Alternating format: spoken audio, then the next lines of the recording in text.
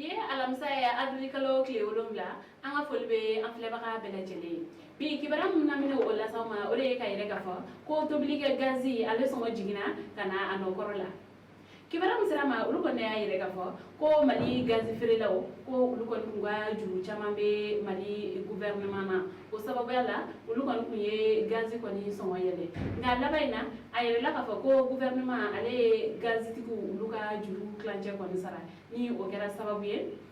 uye dobo gazi songola gouvernement ale era ko ni musara gazi tugu ye ko oye milliard wolo la nyona ye kawla do na hafa ko do laban na gazi ale ko dum songo be ata ke be shegina fuka tabla waklen ke nan na yoro dowla nga uni gouvernement bene fola uya ile ka foko ubina gazi ko ni fere ke me dulu ale ni bi kono to ni shegina Abdallah Babini ale ko ni gazi fere la uluka nyema baye mali ko ndala uya ile ka fo ko uluko ni ka jurumbe mali gouvernement na ko obeta milliard tan na ni nyona la ko ga mun sara lala o se ka to uluko ni ka gazi fere mo ma son no manina ko ga o koro ko nte ka fo ko wari to ngo ko ni na to no akala ha ile ka fo fene ko gazi ale be do mali ko no sangani wati ko ka bela jeli ko na do na ka fo ko gazi ko desete no kawla do na ka fo gazi jago misantiku ulu ko ne ya ile ka fo ko ulu ko nte to no bela soro e gazi ferela ko ni ata laje ko ulu ko ni be ata gazi ferela ba bolo e kebe duru ale ni bioro la ko ga ulu be klara segi ka fere